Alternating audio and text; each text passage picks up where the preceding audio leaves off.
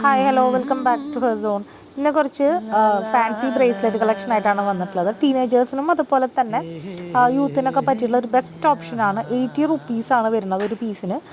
Shipping charge 60 ആണ്. ഒരു ബോക്സിൽ എത്ര ഐറ്റം ഉണ്ടെങ്കിലും അതിനെല്ലാം കൂടെ ഒറ്റ ഷിപ്പിംഗ് ചാർജാണ്.